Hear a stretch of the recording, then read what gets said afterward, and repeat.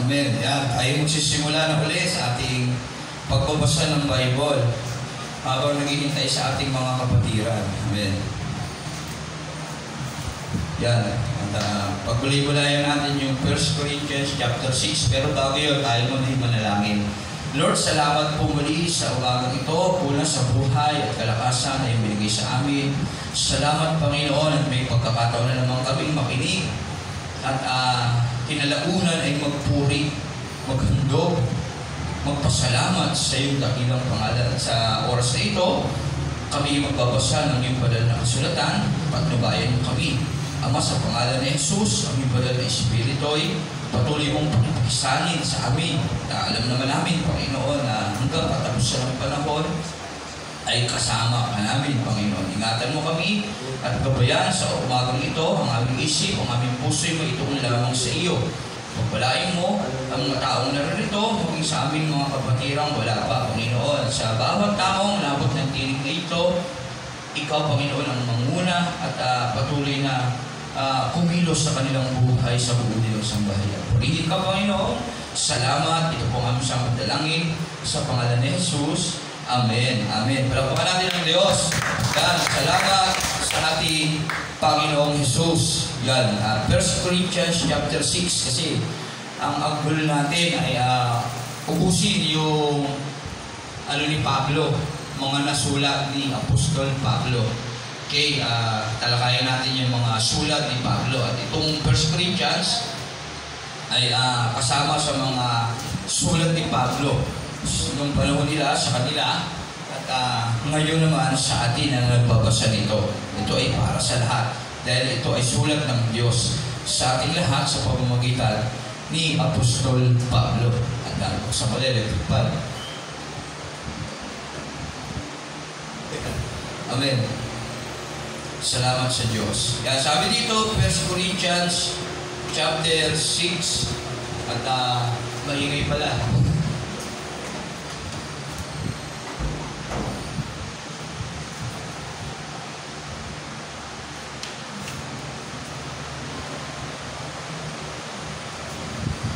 Amen. Yan. 1 Corinthians chapter 6 verse 1. Sabi rito, ang title niya, ayusin ang awayan ng kapatiran. Yan. Sabi rito, kung may reklamo ang sino man sa inyo laban sa kapwa Kristiyano, bakit siya nagsasakdal sa mga hukom na hindi Kristiyano?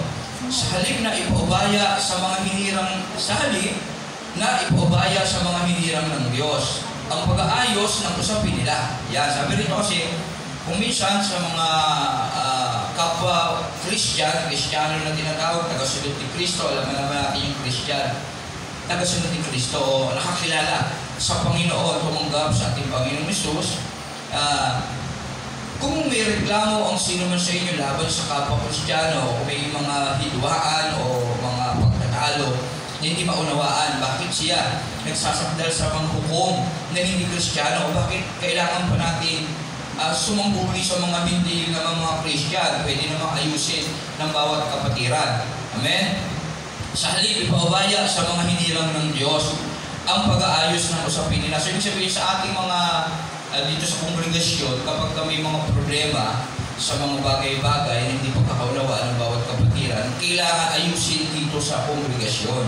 Hindi na kailangan sa ibang tao. Minsan kasi, sa atin naman, hindi naman yun umiiral. Pero kung minsan, nagagawa pa natin ipagtapat sa mga hindi Christian. Kahit na sabihin mong kasamahan natin sa ating mga tahanan, kung hindi naman sila mga Kristiyano, dapat hanggang maaari, hindi nila malaman. Kaya napakahalaga yan. Dapat tayo mismo sa bawat kongregasyon o bawat isa sa atin, ang mag-ayos ng ating mga problema, hindi na dapat sangguni sa mga hindi mananampalataya. Kasi magiging negatibo yun. Maraming mga payong mali ang ipapayo sa atin, at sigurado, hindi payo yun ng Diyos. Kaya yun ang bagay na dapat natin maintindihan. Hindi ba ninyo alam na ang mga hinirang ng Diyos ang hatol sa sanlibutan? Tayo kasi, na mga kumilala kay Kristo at tayong mga tumanggap sa Diyos, pagdating ng panahon ay hahatol sa sanlibutan. Kung kayo ang hahatol sa sanlibutan, kung tayo ang hahatol sa sanlibutan, hindi ba ninyo kayang hatulan ang ganyang kaliit na bagay? O hindi ba natin kayang ayusin yung mga suliranin na dapat na maayos sa ikapapayapa ng ating kapatiran. Amen? Kaya darating ang araw, kasi sabi rito, tayo mga Christian, ang hahatol sa sanlibutan.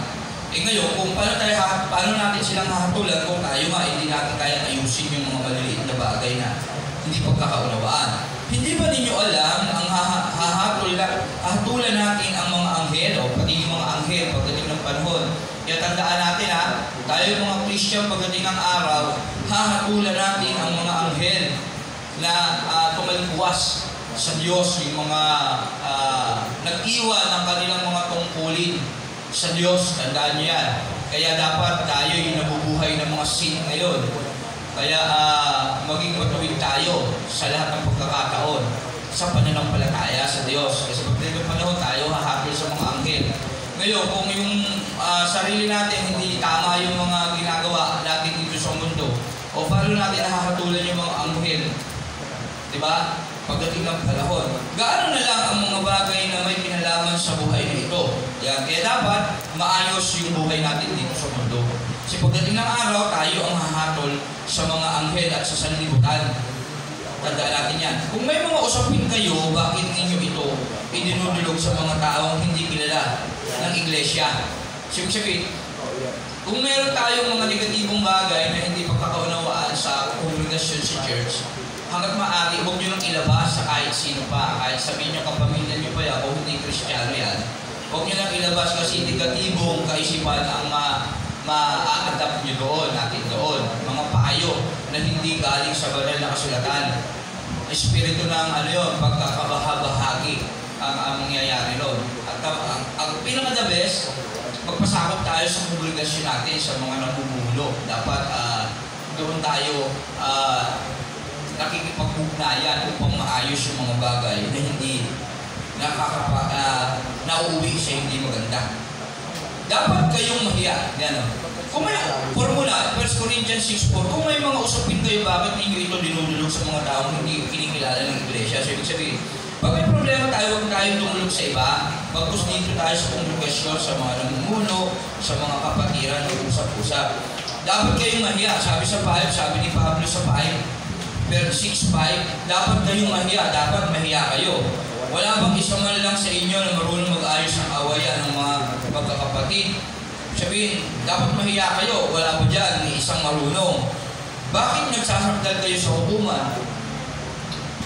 Kapatid laban sa kapatid. At sa harap naman ng mga hindi mananampalataya. Kaya napakahalaga yan sa ating kongregasyon na ito, dapat sarilihin natin yun at dapat sa iglesia lang natin idudulog. Kasi pag nakita ng ibang tao, yung mga negatibong bagay na nangyayari dito sa loob, mapapahiya ang Diyos sa kongregasyon na itinayo ng Diyos dito. Tandaan natin yan. Kaya napakahalaga yan. Mag-ingat tayo sa ating mga buhay bilang mga Christian. Ang pagkakaroon ninyo ng usapin laban sa isa't isa ay isa lang kabiguan sa inyo. Kaya nga dapat, hindi nga dapat tayo nagkakaroon ng hindi magandang mga pangyayari sa loob. Kasi sabi rito, ang pagkakaroon ninyo ng usapin laban sa isa't isa ay isa lang kabiguan sa inyo. So, ibig sabihin, pag kayo ay nagkakaroon ng kaisipang negatibo at nakakaranas ng mga negatibo tayo, bigo na agad tayo doon. Kasi pinapasok na natin si Satanas sa ating isip at puso na hindi naman dapat. Kaya tayo nagkakaroon ng kumisang tampo-tampuhan, pag-aaway-away, pag-iinggitan, at pag-iisipan ng hindi maganda. Bigo ka na yun. Ibig sabihin, napasok ka na ni Satanas, natukso ka na. At pinahintulutan mo na siya sa buhay mo. Napagkarian yung puso mo kaya hindi ka na sumusunod. Mali na, nagiging salungat ka na sa sinasabi ng banal na kasulatan, inuuna mo na yung nasa ng laman mo. Yun ang ibig sabihin nito. Ang pagkakaroon ninyo ng usapin laban sa isa't isa ay isa ng kabiguan sa inyo. Bakit hindi lang ninyo hayaang gawan kayo ng masama? Bakit hindi lang kayo magparaya? Pagkasapalagay nyo naman sa ikabubuti nyo, ba't hindi nyo na lang tanggapin? Bakit hindi na lamang ninyo hayaang madaya kayo? Ang ibig sabihin nito kasi, kung minsan, sa ating paglilingkod sa Panginoon, napakahalaga ng pagkaligod sa ating sarili. Kaya ang sabi ni Jesus, kung gusto mong sumunod sa akin, ano ibig sabihin ng pagsunod kay Kristo? Sa mga nakakapakinig ng nakaraan, Ano ibig sabihin ng pagsunod kay Kristo? Pagiging Kristiyano. Kasi ang Kristiyano, tagasunod ni Kristo. Kaya pag ang pagsunod kay Kristo, ibig sabihin, pagtalikod sa sarili. Kaya sabi ni Jesus, kung gusto niyo sumunod sa akin, kailangan mo pasanin ang aking pamatok at kalimutan ang iyong sarili. Ang buhay Kristiyano ay pagtalikod sa sarili. Sa sariling nasa, sa sariling kagustuhan, sa sariling kaligayahan. Bakit? Kasi iniisip mo yung ikaliligaya ng Diyos. Paano? Yung magiging mabuti ang ating relasyon sa Kanya. Yun po yun, yung pagiging Kristiyano. Pero kapag yung pilit mong ginagawa yung sarili mo, sinusunod, hindi pagsunod kay Kristo yun. At sabi dito, bigo na kayo. Kasi penetrate na sa isip at puso mo yung sarili mo ang masusunod. So ibig sabihin, nagbilag ka na ng kaaway. Sinunod mo na yung nasa mo. Yung sarili mo, kagaya ni Eva, tsaka ni Adan. Nagdesisyon sila sa sarili nila. Kaya nakasala sila. Ganun po yun. Ito yung bagay na sinasabi sa atin ng Diyos. Bakit hindi na lang ninyo hayaang madaya kayo? O bakit hindi na lang ninyo hayaang magparaya kayo? O sige, hindi na lang ako ang masusunod. O ito na lang, yung Diyos na lang ang masusunod. Ano ba mahalaga? Yung maligayahan tayo o yung maligayahan yung Diyos? Yung totoo. Siyempre, ang tamang sagot doon, yung maligayahan ng Diyos. Kesa yung sarili mo. Pero, anong ginagawa natin? Di ba? Hindi. Ang tawag doon kabiguan, sabi rito ng talata. Hindi ako may sabi nun yung talata lang. Pinabasa ko lang to at pinaliliwanag ko sa mas mabagang paraan. Sa mas madaling maintindihan. Kasi, nung nakaraan, 1 Corinthians chapter 4 at 5 na tayo. Natapos. Ngayon, 1 Corinthians chapter 6. Kaya ito yung talagang topic natin. Subalit kayo mismo ang gumagawa ng masama at ng daraya kahit na sa mga sarili ninyong mga kapatid sa pananampalataya. O yun yung totoo. O tignan nyo to Subalit kayo mismo ang gumagawa ng masama. Kasi nagdedesisyon tayo sa ating sarili. At ng daraya kahit sa mga sarili ninyong mga kapatid sa pananampalataya. Paano natin nasabing ganoon kung minsan sa ating buhay? Kasi hindi natin sinusunod yung isa't isa. Pagpos dinadaya natin sila. O kung minsan sa church na ito, halimbawa lang, illustration ko lang. Gaya nitong March 28, may lakarin tayo.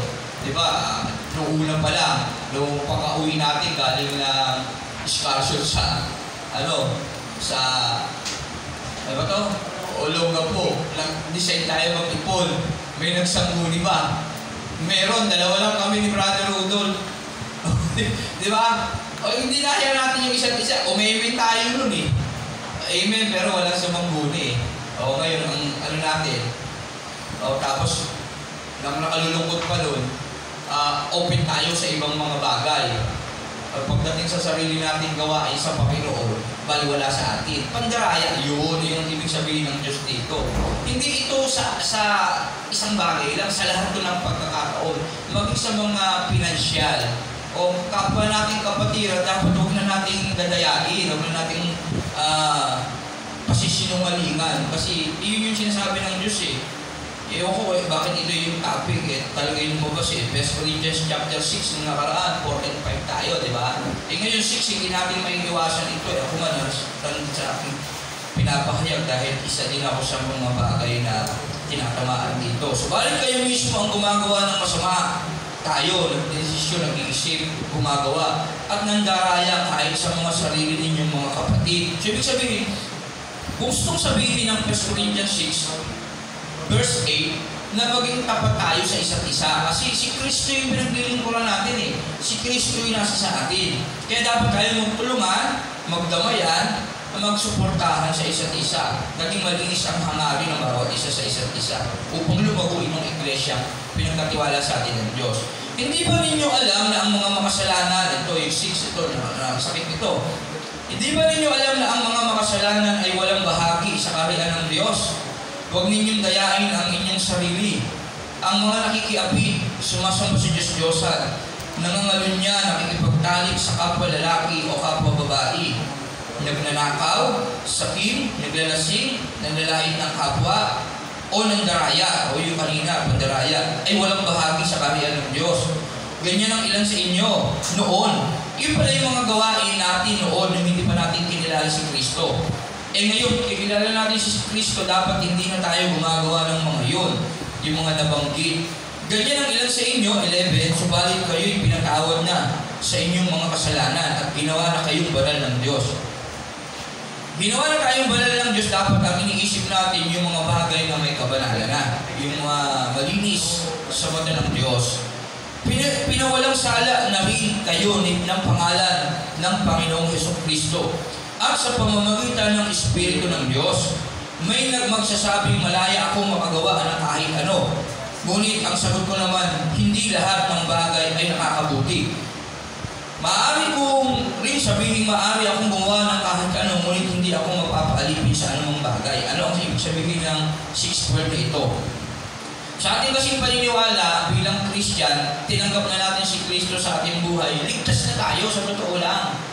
Ligtas na tayo, kaya malaya na tayong makagawa ng kahit ano.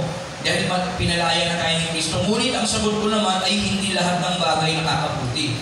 Sabi dito, dahil malaya na ako, pinalaya na ako ni Kristo, nalaman ko na ang katotohanan, ligtas na ako, ganito lang pala yung strategy para maligtas, at ito pala yung salita ng Diyos. Alam mo na, kaya malaya ka na. Alam natin na kapag nagkasala tayo, papatawarin tayo ng Diyos.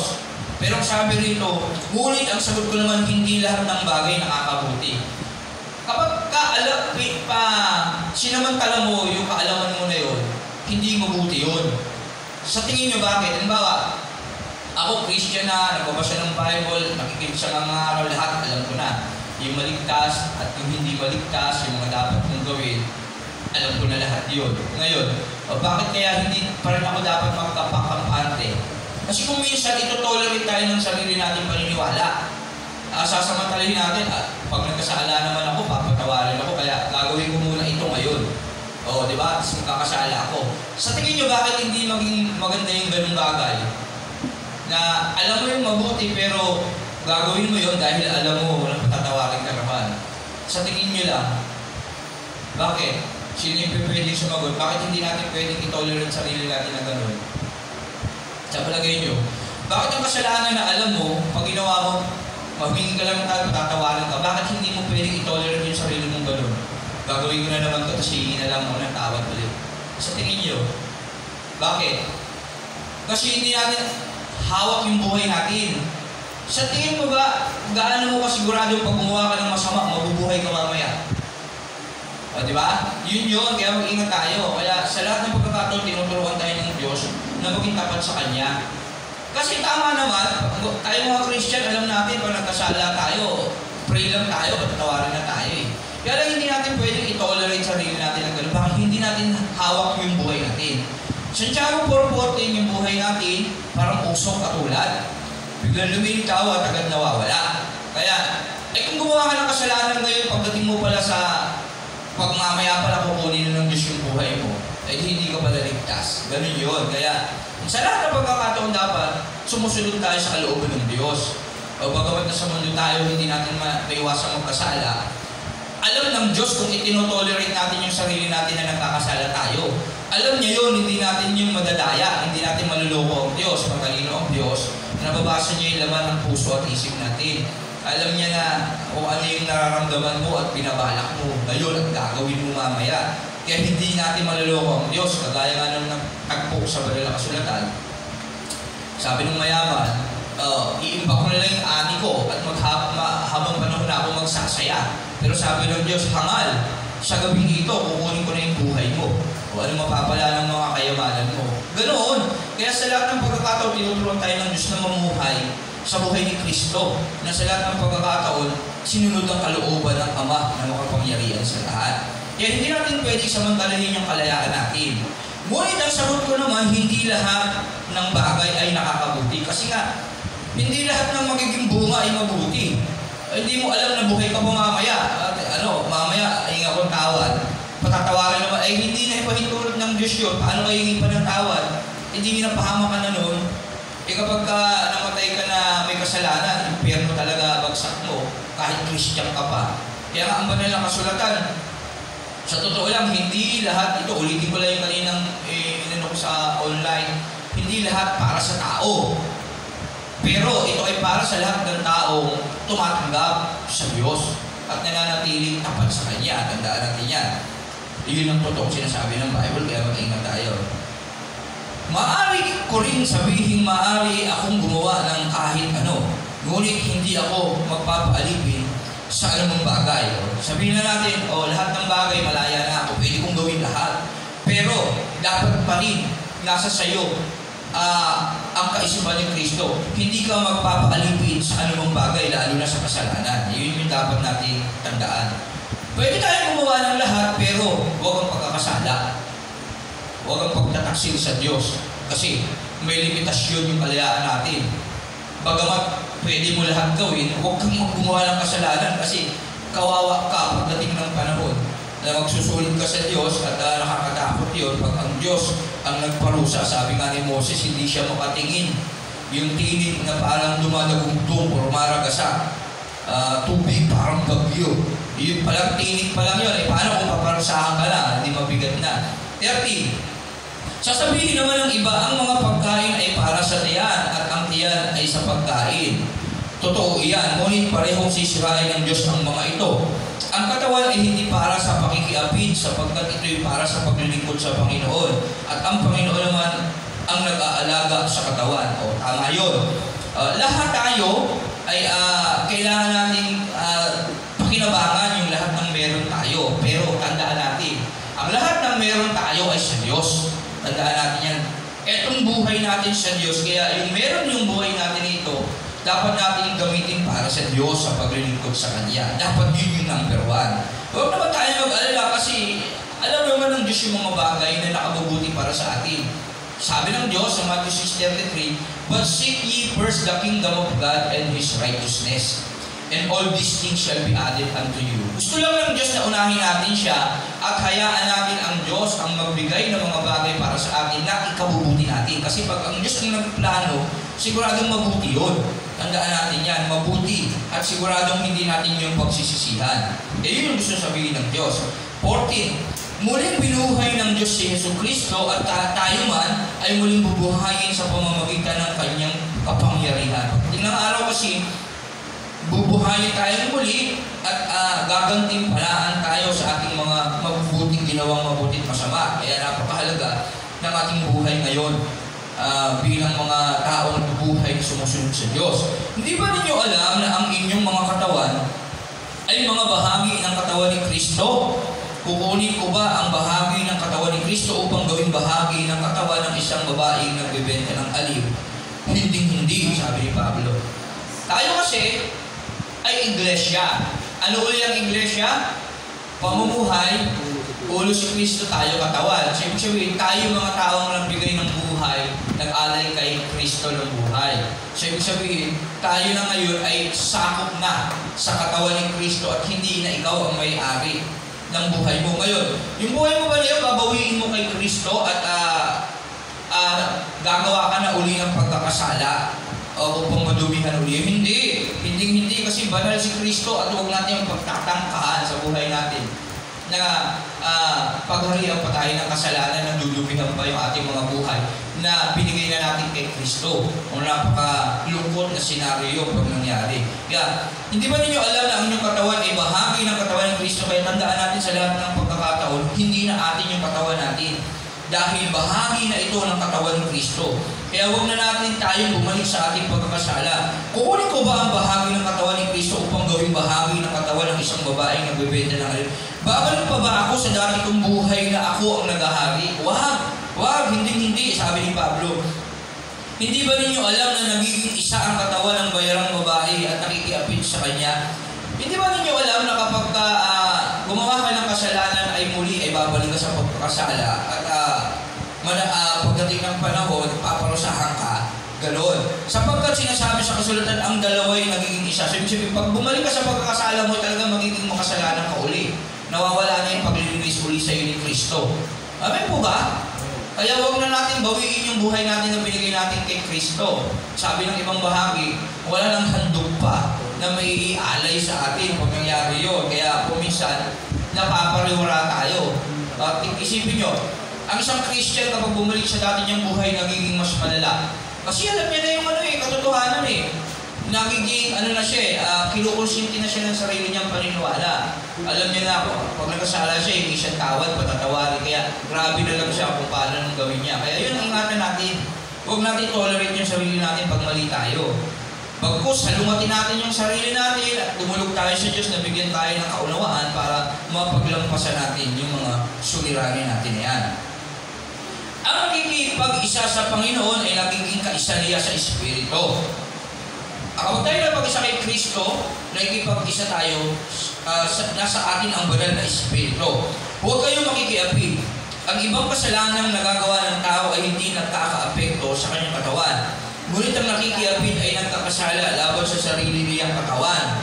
Yan. Hindi ba ninyo alam na ang inyong katawan ay templo ng Espiritu Santo na nasa inyo at ipinagkaloob ng Diyos sa inyo?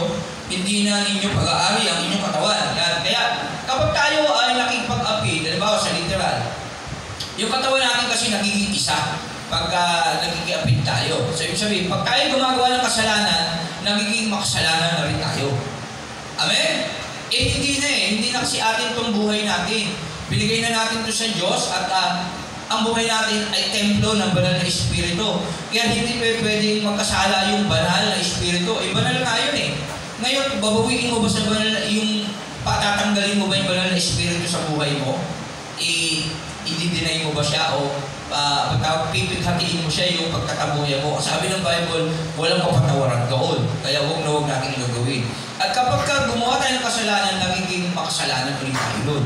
Yun ang ibig sabihin doon. Kaya nagiging isa. Kapag gumawa ka ng kasalanan, nagiging makasalanan ka na naman. Nagiging isa ka sa kasalanan na ginawa mo.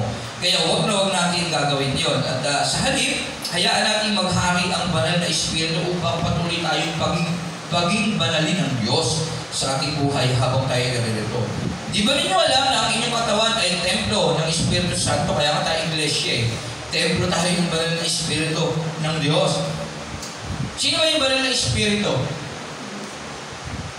Sa pag-aaral sa banal na kasulatan, ito yung mga Panginoon sa 2 Corinthians 2:17 ata, kung di ako natakamali. 2 Corinthians 2:17. Try mo nga, Wawi. Tama ba ako? Ay, hindi eh. Ano ba ito? Nakalimutan ko. O, 4:17. Yung Panginoon na tinutukoy. Ang Espiritu. 4:17 din. Ay, hindi nga.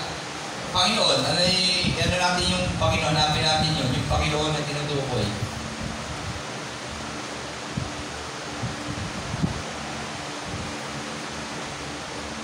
Sabi, 2 Corinthians siya tayo eh. Ihanapin lang natin para mag-verify natin ang banal na Espiritu.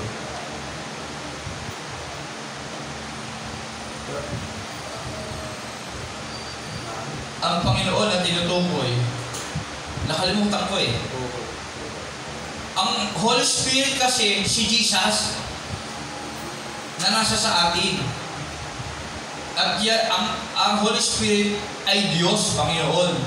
Maging si Pedro, o yung kay Ananias, yung nagkasundo sila ng kanyang asawa kasi hindi nila binigay yung parte. Yung pinbentahan ng kanilang ari-arian, kinupit nila. Kaya, ibiruin mo yun una, sariling lupa nila yung binenta nila. Kaya lang, nagkaisa kasi sila, ibigay nila sa Panginoon yun, nagkasundo sila, nagkaisa sila. So, ibig sabihin, naging isa sila. Namuhay sila sa kasalanan, kaya naging makasalanan sila. Ang ending, pinatay sila ng Diyos. Kanila na yun napag-desisyon na nilang ibigay sa Diyos. Kaya huwag tayo magdadalawang isip sa ating buhay.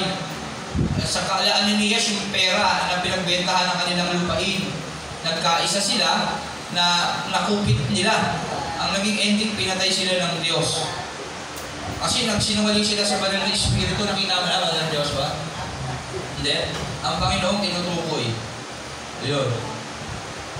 Ay yung Espiritu. Capital letter, Espiritu. Marami. Sa New Testament. Nakalimutan ko 2 Corinthians o Kaya yun. Natandaan natin yan, huwag na tayo makiapit. Kapag nakikiapit, ibig sabihin ng pakikiapit, pakikipag-isa.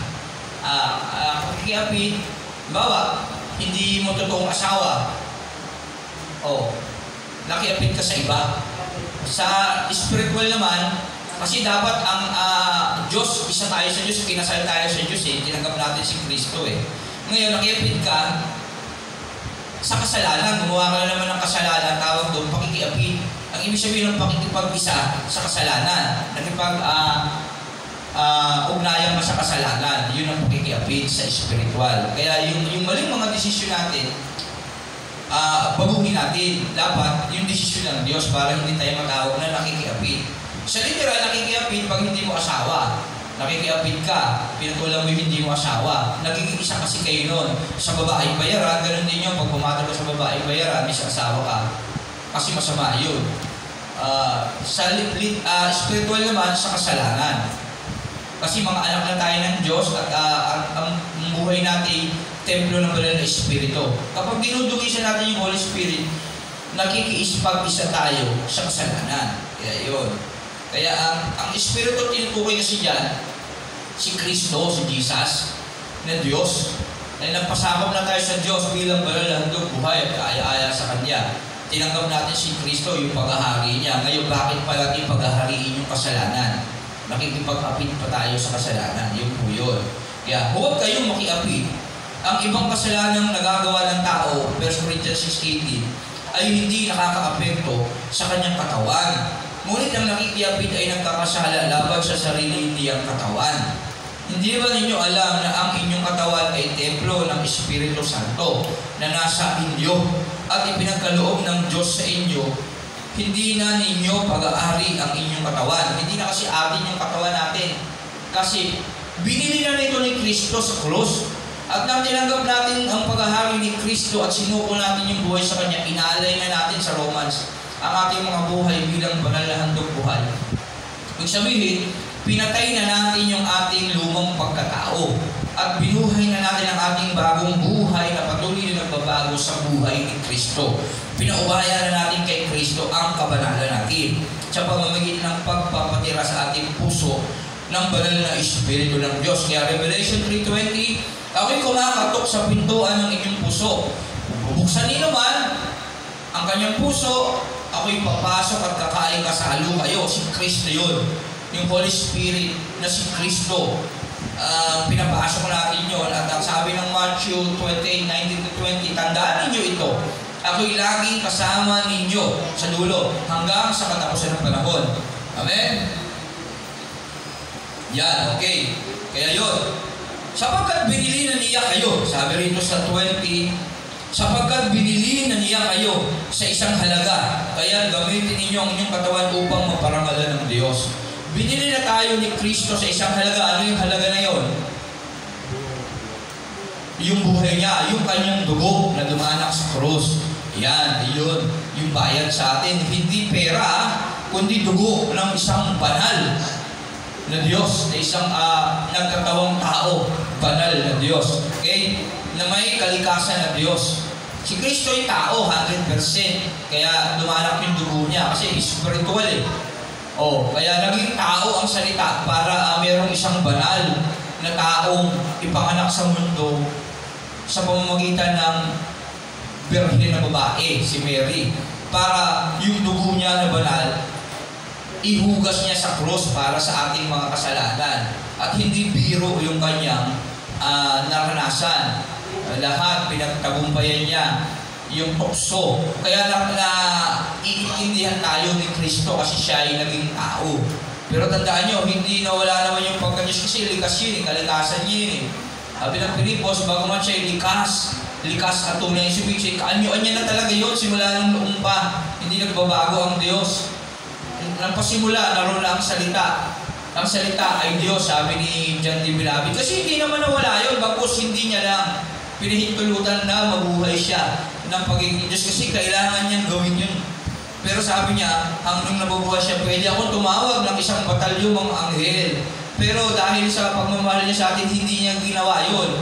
Kasi kailangan masunod niya yung kalooban ng Diyos Ama. Ayun ang gusto ng Diyos eh. Ayun yung paraan eh, para maipakita niya sa atin yung pagiging modelo niya.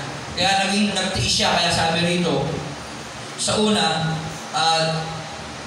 kagaya ni Kristo, nagtiis tayo, magtitiis tayo. Tama ba? Kasi na yun? Dito yata yun.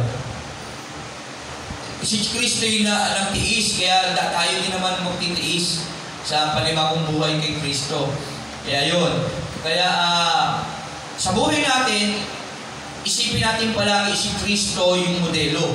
Na anuman ang nararanasan natin, sa lahat ng pagkakataon si Kristo pinagtagumpayan niya ang lahat. Kaya tayo din naman. Kaya dapat natin gawin siyang modelo. Sapagkat binili niya kayo sa isang halaga. Isipin natin lagi yan, gawin natin inspirasyon. Na hindi na tayo ang may-ari ng sarili natin, ang banal na espiritu na. Kasi ang buhay natin ay templo. Hindi ba ninyo alam na ang inyong katawan ay templo ng Espiritu Santo? 1 Corinthians 6:19. Dapat lagi natin naiisip, hindi na pala akin itong buhay ito sa Holy Spirit na ito kay Jesus. Yan nasa inyo, na ipinagaloob ng Diyos sa inyo.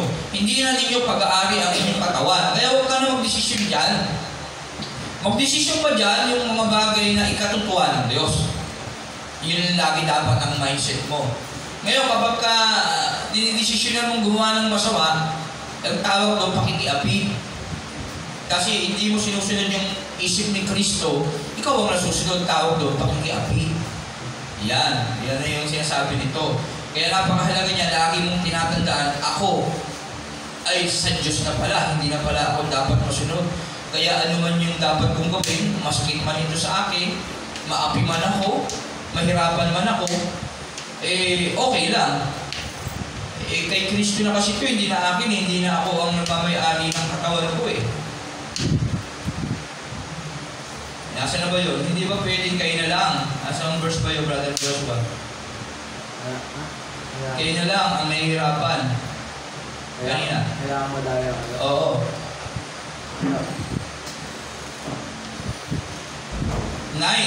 6:9. Hindi ba ninyo alam na ang makasalanan ay hindi pala yun?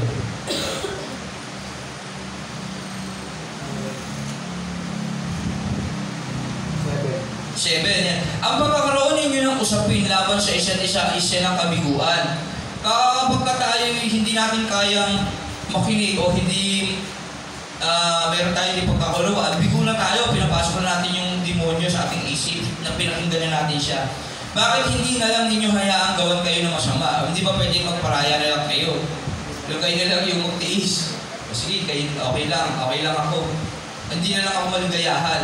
Bakit hindi na lamang ninyo hayaang madaya kayo? Ibig sabihin yun, kailangan natin magparaya sa Diyos, hindi sa tao. Sa Diyos. Ginagawa natin yung magparaya kasi sa Diyos.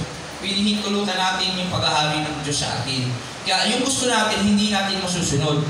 Pero pag sinunod natin yung sabi ng ibang bahagi, kapag ang nasa ay tumubo sa iyong isip at nag-ugat sa iyong puso, nagbubunga ito ng pagkakasala. Kaya kasi, gagawin mo talaga yun kapag nag-ugat na sa puso mo.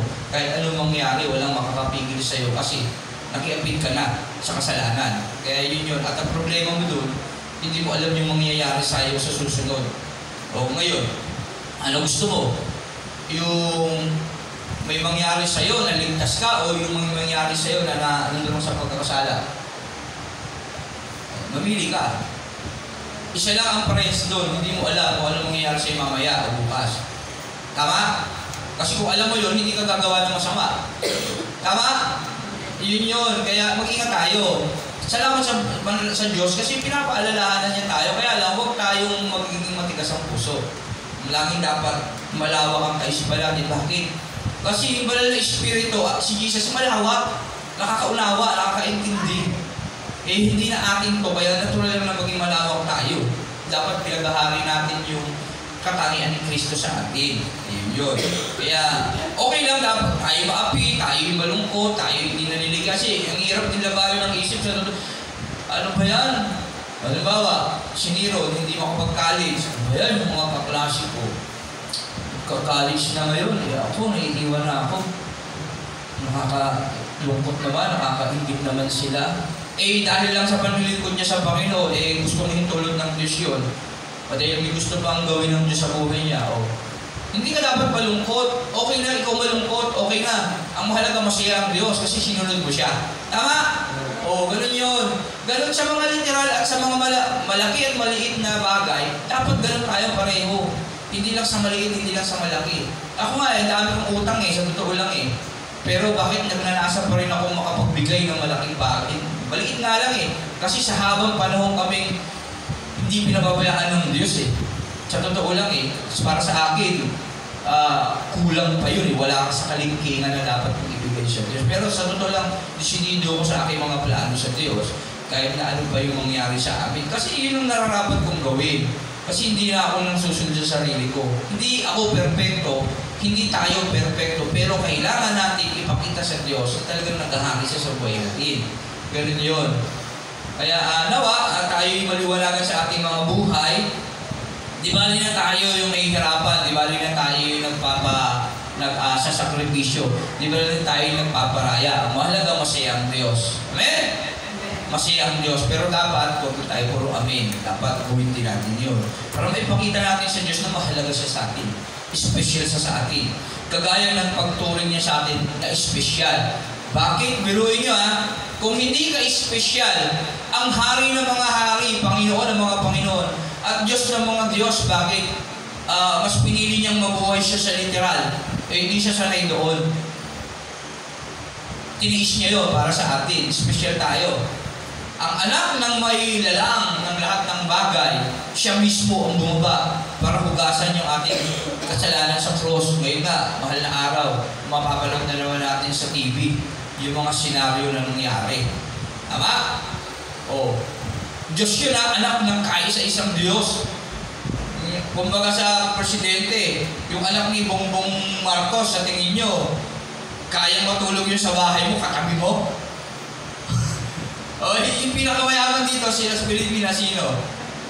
Kung sino man siya. Yung anak nun, sa tingin mo, kaya kang bayan sa kalsada, naglalakad kayo? Ako, samahan ako sa paglalako ko ng figurine? Isipin nyo. Hindi Pero si Jesus, na anak ng kataas-taasang Diyos, hari ng mga hari, Panginoon ng mga Panginoon, binuhat ka nga kapag nasa gitna ng dagat Naalala niyo yung footprints in the sand? Sa oras ng pagsubok, nakita niya yung yabag ng paa niya. Bakit kanina, apat to Panginoon, iniwan mo na ba ako? Hindi ka iniwan. Dahil nakita ni Kristo, hindi mo na kayang lumakad, inarga ka na niya. Pero yun yun, anak ng Diyos yun, hari ng mga hari, Panginoon ng mga Panginoon. Kinarga ka kasi hindi mo na kaya Hindi mo na kaya maglakad. Bigat na bigat ka na Hindi mo na kaya tumayo. Kinarga ka na. Ganun sa buhay natin. Biruin niyo yun. Napaka-special ng Diyos. Dumating sa mundo para sa ating special na mga anak niya. Kaya napaka-special natin sa Diyos. Mayaman man o mahirap tayo, may karamdaman man tayo o wala, special ang tingin natin sa Diyos. Pero, hindi lahat ito para sa lahat. Ito ay para sa mga taong tatanggap sa paghahari niya. Tandaan niyo yan. Lahat tayo tao, nilalang ng Diyos, at lahat tayo iniimbitahan niya.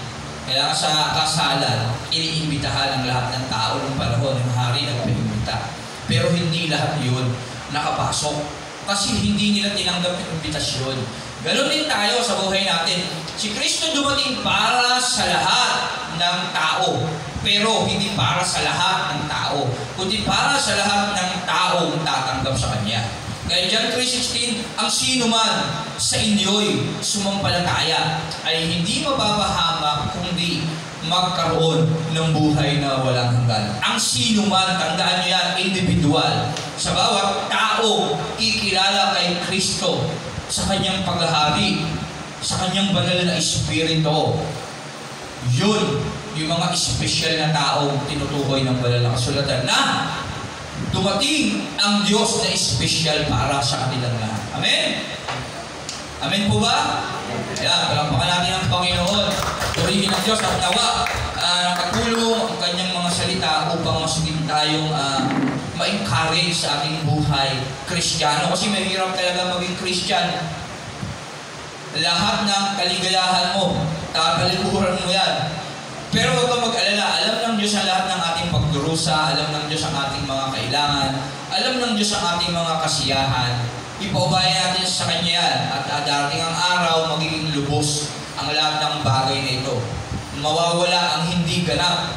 Tandaan natin yan. At syempre, hilingin din natin na habang tayo naririto, hindi naman pinagbabawal ng Diyos, hilingin natin, Lord, sa pangalan ni Jesus, nawa, habang ako'y nasa mundong ito, hindi naman dahil makasarili ako, Panginoon. Sabihin natin yung totoo sa Diyos, Lord, hindi naman dahil naghahangad ako ng mabubuting bagay. Kundi, Lord, itulot mo naman sa buhay ko na maranasan ko din yung aking buhay na, alam mo na, yung buhay ng pagiging tao, gusto niya yung maligaya rin sa mundong ito. Hilingin natin yun. Kaya nasabi ng Bible, wala pa kayong hinihiling. Kaya matuto tayong humiling sa Diyos. Kaya dapat tama yung ating pagkilala sa Diyos. Dapat lubusan natin makilala ang Diyos sa ating buhay.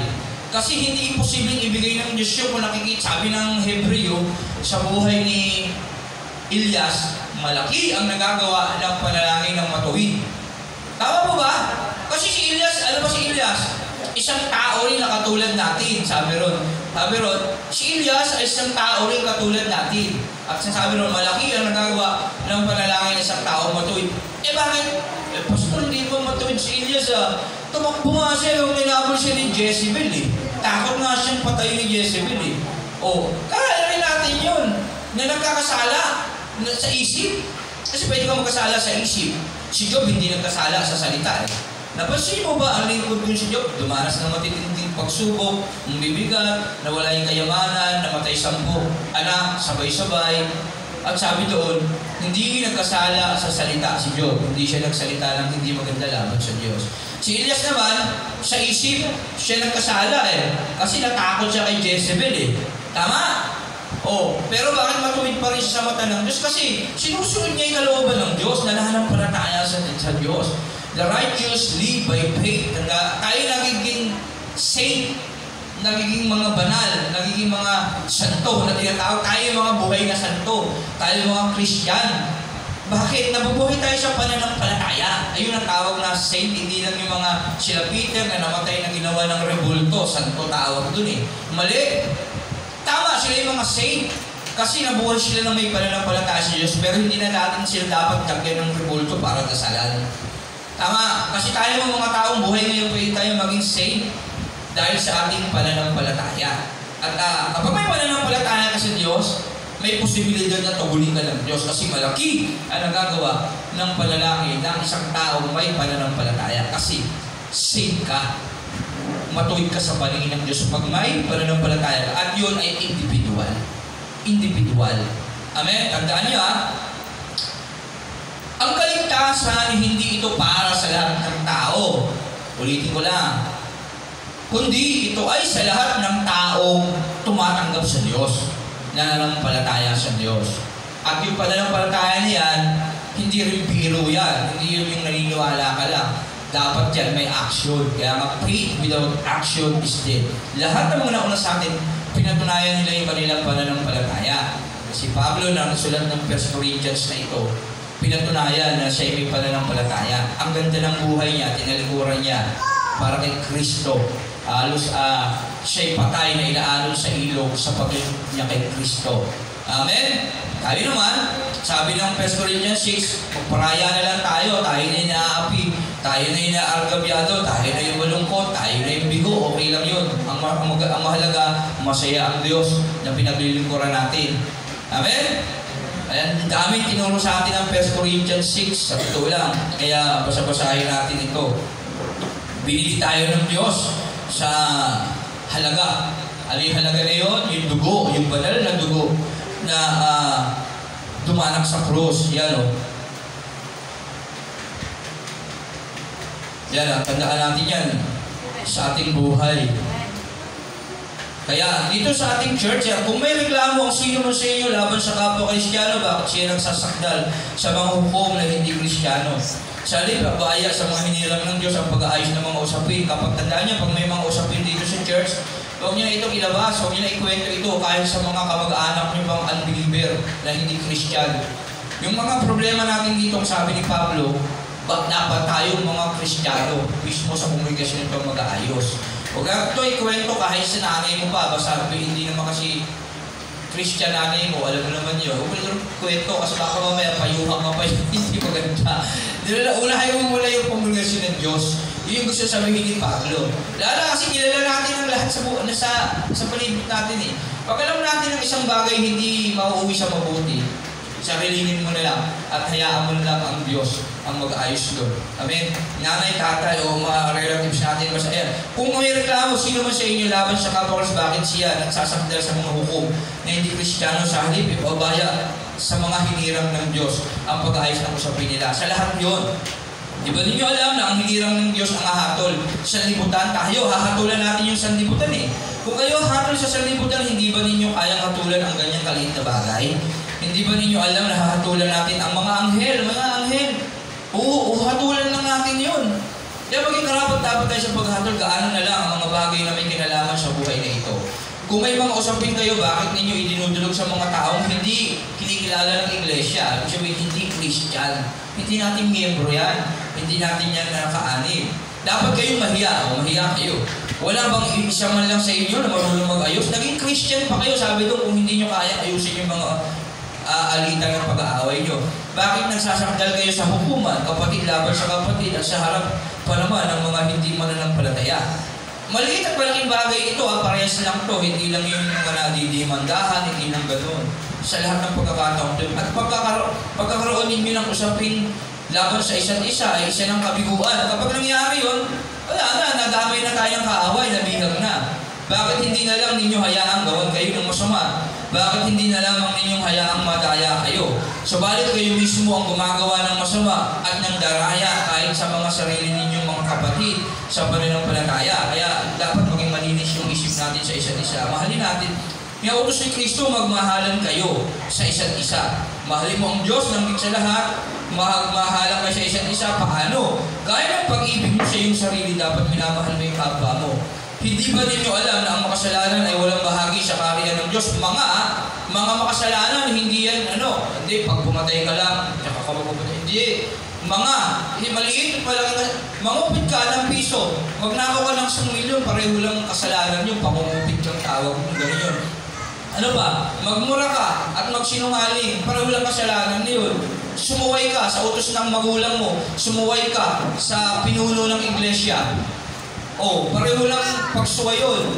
Sumuway ka sa presidente ng Pilipinas at sumuway ka sa patakaran ng Diyos. Pareho lang pagsuway yun. At isa dun sa dalawa na yun, mabigat ang kaparusaan mo. Kaya mag-ingat tayo. Hindi ba ninyo alam na ang makasalanan, mga makasalanan ay walang bahagi kasi walang mapasok sa langit na hindi banal. Huwag ninyong gayahin ang inyong sarili. Ang nakikiapid, sumasamba sa Diyos-Diyosa, nangangalunya, nakikipagtalik sa kapwa lalaki o kapwa babae, nagnanakaw, sakim, naglalasing, naglalayag ng kapwa o ng daraya ay walang bahagi sa kaharian ng Diyos. Ganyan ang ilan sa inyo noon kasi dati tayo gumagawa ng ngayon, hindi na. Subalit kayo pinatawad na sa inyong kasalanan at ginawa na kayong banal ng Diyos. Pinawalang sala na rin kayo sa pangalan ng Panginoong Jesucristo at sa pamamagitan ng Espiritu ng ating Diyos. May nagsasabing malaya ako makagagawa ng kahit ano, ngunit ang sagot ko naman, hindi lahat ng bagay nakakabuti. Pwede natin gawin ang lahat ng bagay, pero dapat may limitasyon nyo. Pag alam nyo masama, huwag nyo nang gagawin. Alam natin masama, huwag natin gagawin. Maaari akong gumawa ng kahit ano, ngunit hindi ako magpapaalipin sa anumang bagay. Kasi alam na natin yung katotohanan, pag gumawa tayo ng masama, igilan tayo ng tawad. Sabi ng Diyos doon, huwag nyo samantalahin yun. Bakit? Ulitin ko lang bakit. Ito yung kanina, bakit hindi natin dapat samantalahin na tayo gumawa ng kasalanan sa mga nakarinig kanina? Bakit? Ba't hindi na dapat tolerate yung sarili natin gagawa tayong kasalanan, gagawin alam natin patatawarin tayo mamaya? May limitasyon ng buhay at hindi natin hawak. Amen? Ang buhay natin ay parang usok, ang katulad. Mamaya, mag-iisip ka, gagawin ko muna ito ngayon at mamaya, magbabalik loob na lang uli ako, hindi ako ng tawad. Anong sabi ng Diyos? Hangal. Sa oras na ito, sa gabi ito, kukunin mo na yung buhay mo. Kaya yun, pag-ingatan natin. Sumuway tayo sa Diyos, hindi natin alam, yung ginawa natin na yun, yung bunga pala na yun, kapahamakan pala ng buhay natin. Kaya mag-ingat tayo. Ang Diyos, It is finished, naganap na, alam ng Diyos lahat ng bagay na ginagawa natin at yung mga bagay na mangyayari sa iyo mamaya. Alam ng Diyos yun. Ang Diyos nagpapaalala lang, nasabi ng Diyos, mamuhay ka ng banal. Pagkat ako'y banal, dapat kayo magpakabanal kasi yung bagay na gagawin mo, may nakalaan na yan na parusa sa iyo. May nakaraan na gantimpala sa iyo yan. Amin po ba? Ayun ang katotohanan, kaya hindi natin dapat samantalayin. Kakasala tayo, sinasabi dito ni Pablo. Oo, may kalayaan ka, pero hindi lahat magiging mabuti ang bunga. Sabi rito, may magsasabing malaya ako makagawa ng kahit ano. Ngunit ang sagot ko naman, sabi ni Pablo, hindi lahat ng bagay nakakabuti. Kasi may ending ka na hindi mabuti, tandaan yan. Lahat ng bagay nakakabuti, maaari kong sabihin, maaari akong gumawa ng kahit ano. Ngunit, sabi ni Pablo, hindi ako magpapaalipin sa anumang bagay. Bakit? Matalino si Pablo. Malawak ang isip niya kagaya ni Kristo. Ano ko, bali? Kung mamatay ako mamaya. Ayun ang isip ni Pablo. Gagawa ko ng masama, kung mamatay ako mamaya, hindi impyerno ako. Ganun ang kaisipan ni Pablo, ganun ang sinasabi niya. Kaya maging wais tayo. Piliin natin lagi mabuti. Sige, ito yung gagawin ko kasi alam ko, pakikinabang ko dyan. Kukunin ng Diyos yung buhay ko mamaya. Ganyan dapat tayo mag-isip. Kagaya sabi ni Pablo, ako'y nakikiusap, tularan ninyo ako. Dapat maging sigurado yung bawat hakbang natin na nagpapasakop sa Diyos. Sasabihin naman ng iba, ang mga pagkain ay para sa tiyan at ang tiyan ay sa pagkain. Sabihin naman, tayo itong mundo natin ni Solomon hayaan natin pakinabangan yung mga hirap yung pinaghirapan natin yan yung mabuhay sa mundo, pinag-aralan niya yung lahat Tama, walang problema yun, pero tanda, totoo yan, ngunit parehong sisirain ng Diyos ang mga ito. Tama? Kasi lahat ng bagay may hangganan, walang habang panahon, walang forever sa mundo. Tama? Ang katawan ay hindi para sa pagkikiapid, sapagkat ito'y para sa paglilingkod sa Panginoon. Yung buhay natin hindi para sa atin, ito'y para sa Diyos, tandaan natin. At ang Panginoon naman ang nag-aalaga sa katawan. At ang Panginoon naman ang siyang bahala sa katawan mo, sa buhay natin. Kasi kapag hindi ka para sa langit, hindi ka dadalhin ng Diyos doon, sa langit. Kasi binigay mo yung katawan mo sa pagkakasala. Para ka sa impyerno. Walang pananagutan ang Diyos sa iyo doon. Ikaw namili nun. Muling pinuhay ng Diyos Yesu Cristo at tayo man ay muling bubuhayin. Ayan sinasabi ng Diyos. Kapag hindi mo ginawa yung mabuti, sa muling pagbuhay, talagang patay ka. Kaya kung gumawa ka ng mabuti, sa muling pagbuhay, sigurado ka sa langit ka. At tayo man ay muling bubuhay sa pamamagitan ng kanyang kapangyarihan.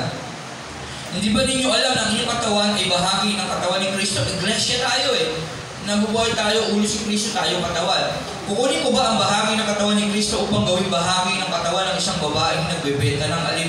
Hindi. Yung katawan ba natin inaalay natin sa Diyos, babawiin ba natin yung para balikan muli yung buhay natin sa pagkakasala, magiging alipin ulit tayo? Hindi, sabi niya. Hindi ba ninyo alam na nagiging isa ang katawang bayaran ng bebenta at nang nakikipagtali sa Kanya? Hindi ba ninyo alam na kapag nakipagtali ka sa ibang babae, lalaki, nagiging isa sila? Hindi ba ninyo alam na pag gumawa ka ng kasalanan ay nagiging makasalanan ka ulit? Tama? Kapag gumawa ka ng kasalanan, nagiging makasalanan ka ulit. Kasi nagiging isa kayo ng kasalanan. Yun yung pakikiapid. Tama po ba? Yan. Inuulit lang natin. Hindi ba ninyo alam na nagiging isa ang katawan ng bayarang babae? Makasalanang babae. Ikaw, may sarili kang asawa, yung bawa. At nakipag-isa ka na sa asawa mo Isa na kayo. At may nagbebenta ng aliw. At pumatay ka sa kanya, nagiging isa kayo. Yun ang ibig sabihin nun. So, ibig sabihin sa spiritual, mabuti ka na, pinabanal ka na ng Diyos, tapos naisip mong gumawa ng kasalanan, nakipag-isa ka na naman sa kasalanan. Nagiging isa na kayong makasalanan. Yun yung pakikiapid. Okay? At pagka kinuha yung buhay mo nun, tapos ka na. Yun. Hindi ba ninyo alam na nagiging isa ang katawan ng bayarang babae at nang nakikiapid sa kanya? Sa kasalanan naman, ganun din yun. Talinghaga. Sapagkat sinasabi sa kasulatan, ang dalawa ay nagiging isa. At sa literal na buhay, yung mga nagpapakasal nagiging isa na yan. Kaya ang ulo ng lalaki si Kristo, ulo ng babae, ang lalaki. At sa Malakias chapter 2, hindi talaga dapat maghihiwalayan yung mag-asawa. namumuhi ang Diyos sa paghihiwalay. Kaya nawa, huwag tayo makikiapit sa kasalanan. Yung susuwayin ang Diyos kasi binigay na natin sa Diyos ang buhay natin. Sapagkat sinasabi sa kasulatan, ang dalawa ay magiging isa. Ang nagiging pag-isa sa Panginoon ay nagiging kaisa niya sa Espiritu. Huwag kayo makikiapit. Yung Espiritu kasi ng Diyos, yung nagiging dahilan na nakikipag-isa tayo kay Kristo. Bakit? Yung banal na Espiritu, si Jesus yun. Amen? Yung hindi natin makita kanina yung ano na? 2 Corinthians 3:17 pala, hindi pala 2, hindi 4. Sige nga, ang Panginoon binabanggit dito ay ang Espiritu. At ang Espiritu ng Panginoon ang nagbibigay sa atin ng kalayaan. Ulitin, ang Panginoon, sino ba yung Panginoon? Meron tayong isang Panginoon, si Jesucristo. Ngayon, ang Panginoon binabanggit dito ay ang Espiritu. Pagka itinaas mo yung 16:15, makikita mo doon, nandun si Kristo. Kaya sa karagdagang, basahin na lang natin para mas maintindihan natin yung banal na Espiritu. Si Kristo yun. Ang Panginoon binabanggit dito ay ang Espiritu. Ang Panginoon binabanggit dito ay ang Espiritu. Sino yung Panginoon? Si Kristo. At ang Espiritu ng Panginoon, inulit-ulit, ang nagbibigay sa atin ng kalayaan. So, ibig sabihin si Kristo na banal na Espiritu na yung nasa sa atin. Kaya dapat tayo nabubuhay sa kalisipan ng Kristo. Amen? Ang nakikipag-isa sa Panginoon ay nagiging kaisa niya sa Espiritu. Huwag kayong makiapid. Ang ibang kasalanan ay nagagawa ng tao hindi nakaka-apekto sa kanyang katawan. Kasi may kasalanan hahantong sa kamatayan, may kasalanan hindi humahantong sa kamatayan. Ngunit ang nakikiapid ay nagkakasala laban sa sarili niyang katawan. Hindi ba ninyo alam na ang inyong katawan ay templo ng Espiritu Santo na nasa inyo at ipinagkaloob ng Diyos sa inyo? Hindi na ninyo pag-aari ang inyong katawan. Tayo, mga Christian, wala na tayong pag-aari sa sarili natin. Pag-aari na tayo ni Kristo. Kaya huwag na natin desisyonan yung sarili natin. Oo, nakakapag-desisyon tayo sa sarili natin paminsan-minsan kasi sabi dito, nasaan ba yun? Huwag kayo makiapid. Ang ibang kasalanan ay nagagawa ng tao ay hindi nakaka-apekto sa kanyang katawan. Ito yung mga kasalanan hindi naman humahantong sa kamatayan. May mga humahantong sa kamatayan, may hindi Yan. Kaya kung minsan nagkakasala din tayo, yun yung tinutukoy doon, yung mga literal na kasalanan na nagagawa natin. At yung mga hahantong sa mga kamatayan, mag-ingat tayo dyan. Hindi ko sinabi huwag natin pag-ingatan na nagkakasala tayo hindi umantong sa kamatayan. Kasi kung minsan talagang hindi natin maiiwasan magkasala hanggang tayo sa mundo. Yun yung tinutukoy ni Pablo dito. Yung mga hindi talaga natin maiiwasan, yung hindi natin sinasadya. Diba? Minsan, example, nakapagsalita ka lang di maganda, nabigla ka. Diba? Hindi mo naman sinasadya. Kaya nga may awit, kung magkukulang ako, alam mo na, hindi ito ang nais ko. Diba? May kantayo. Kasi minsan meron tayong kasalanan hindi natin sinasadya. Pero alam mo yun. Alam mo sa sarili mo yun. At sa katunayan, nagtatalo yun sa isip mo. Ay, gagawin ko ba to? Kaya lang ang problema, naglalagay ang demonyo sa isip mo ng mga dahilan. Ay, pwede naman akong maganda naman yung layunin nito Para naman sa paglilingkod to Ayun ang tawag na religionist na kaisipan. Religious tao. Gumagawa ka ng mabuti gamit yung sarili mong kaisipan. Pinipilipid mo yung salita ng Diyos, tawag doon, religionist. Pero pag alam mo na, kasi gagawa ng paraan ng Diyos, may magpapayo sa'yo. Magbabasa ka ng Bible, magpe-pray ka kasi alam mo, Lord, sa pangalan ng siyang banal na Espiritu, ibigay mo para sa akin. Ang trabaho ng Holy Spirit, dahil nanalangin ka, padadala ng Ama yun, sa pangalan ng Jesus, sa Holy Spirit, pupunta sa iyo yun. Gagabayan ka nun. Unang bagay na gagawin ng Holy Spirit, dadalhin ka sa kanyang salita, sa Bible. Kaya magbabasa ka ng Bible, Christian ka Di ba? Nagbabasa ka, godly training. Basa ng Bible, sakto. Ito yung problema ko. Pinigay na sa iyo ng Diyos yun sa pamamagitan ng banal na Espiritu, nag-pray ka Tapos hindi ka pa kontento doon, i-create na naman ng yung kaaway. Dahil may Espiritu at mahal ka ng Diyos, ginagabayan ka yan Pupunta na may Holy Spirit sa mga manggagawa, sa pastor, sa mga lingkod ng Diyos, papayuhan ka yan. Ngayon, hindi ka makukontento doon. Kasi, sabi ng Romans, Darating ang araw, maghahanap ang tao ng mga turo na gusto lang nilang mapakinggan. Ayun yung pride. Kasi hindi ka kontento sa mga payo nila, sa bigay ng salita ng Diyos sa banal na kasulatan, tapos siya nagpayo sa iyo. Hahanap ka ng mga tagapagturo na wala kang ibang nais mapakinggan yung gusto mong marinig. At dadating yung time na may makakapareho ka. Ang ganun ang laro ng kaaway, kaya sabi ng Bible, maging matalino kayo.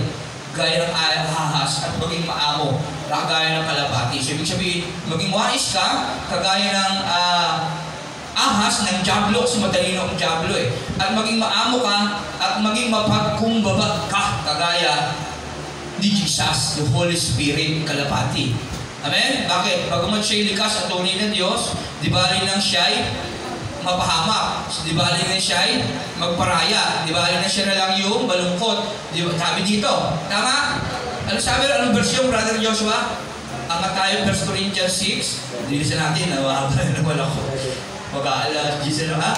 7. Oo. 7. Ayan. Pakinggan natin. Anyong kalapati, Holy Spirit, si Jesus yun. Ang pagkakaroon ninyo ng usapin laban sa isa't isa ng kabiguan sa inyo, bakit hindi na lang kayo hayaang gawan kayo ng masama? Bakit hindi na lamang ninyo hayaang madaya kayo? Bagamat siya'y likas sa tunay ng Diyos, hindi niya pinagpilitang mabuhay hari. Nakagaya ng Diyos, ng Ama, pwede naman, pantay sila eh.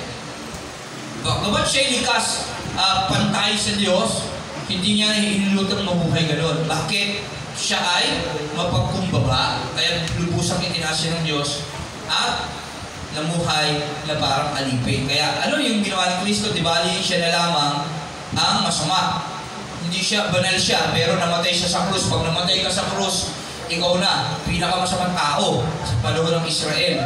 Mga makasalanan yung pinapako sa krus. Pero hindi siya. Pero bakit? Kasi bakit hindi na lang hayaan gawang kayo ng masama? Oh, sige, kayo na lang yung masama. Sabi nila, pwede naman. Ang mahalaga, banal ako sa Diyos. Bakit hindi na lamang ninyo hayaang madaya kayo? Okay? Kaya, magparaya ka na lang. Sa totoo lang, yun yung buhay nating Kristiyano. Amen po ba? Okay na, medyo maliwanag na. Kasi kanina medyo malabo eh, di ba? Parang medyo mahirap intindihin yung sinasabi ng pastor. Hindi ba ninyo alam na nagiging isa? Okay na yun. Sunod na tayo. Hindi ba ninyo alam na ang inyong katawan ay templo ng Espiritu Santo? Kasi banal ang Diyos. Nasusulat, 1 Peter 1:50, sapagkat ako ang Diyos na lumalang sa inyo ay banal, dapat kayong magpakabanal. Paano? Dapat yung Holy Spirit na banal ang nagahari sa atin.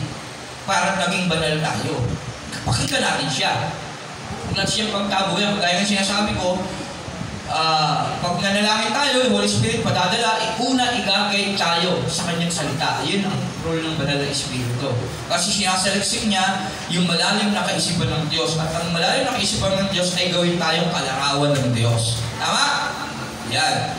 Sapagkat binili na kayo sa isang halaga, kaya gamitin ninyo ang inyong katawan upang maparangalan ng Diyos. Amen? Palakpakan natin ang Diyos. Okay? Ang haba na naman. Kaya yung purihin ng Diyos. At may tanong ba? Meron pa bang malalabuan? Medyo ano eh. No? Pero naman, maintindihan natin na lubos. Malalim kasi itong 1 Corinthians 6. Noong nakaraang 4 and 5 tayo. 6 na tayo ngayon. Gusto kasi natin upusin yung sulat ni Pablo. At least tapos natin yung Bible. Diba? Kaya yun yung purpose para sa karagdagang Bible reading natin. Yun lang naman. Kaya yung purihin ng Diyos, may tanong ba? Yung mga ibang verse dito na medyo magtalinghaga, kahit paano naman, ay paliwanag natin. Tama po ba? Sa tulong ng banal ng Espiritu sa atin. Kaya hindi na rin kayo may hirapan intindihin siya. Tama? Okay ba? Okay, purihin ng Diyos. Ano ulit yung pakikiapid na tinutukoy dito? Pakikiisa sa kasalanan. Kasi banal na tayo eh. Nilinis na tayo. Huwag na natin balikan yung ating pagtawag ng pakikiapid. Okay, purihin ng Diyos. Kaya yun, tayo manalangin. Lord, salamat sa iyong salita na napakasarap pagbulay-bulay at pag-aralan. Lord, salamat sa iyong banal na Espiritu na patuloy na sa amin nagpapaunawa, Panginoon, at patuloy na sa amin, Panginoon, ay gumagawa ng mahiwaga sa aming mga puso upang tanggapin ang iyong banal na salita. Yun nga lang, Panginoon, nawa, Panginoon, lubusan namin itong maunawaan pa at maintindihan nila yung paggawa ng Panginoon. Purihin ka, sa iyo lahat ng papuri, pasasalamat, pagsama sa pangalan ni Jesus. Amen. Pagpapakalan ng Diyos. Salamat. Kung God be the glory. Puri ng ating Panginoon sa Jesus. Kung tayo magsimula na, kung wala lang magsisiar, simulan tayo sa ating pagpupuri sa Diyos.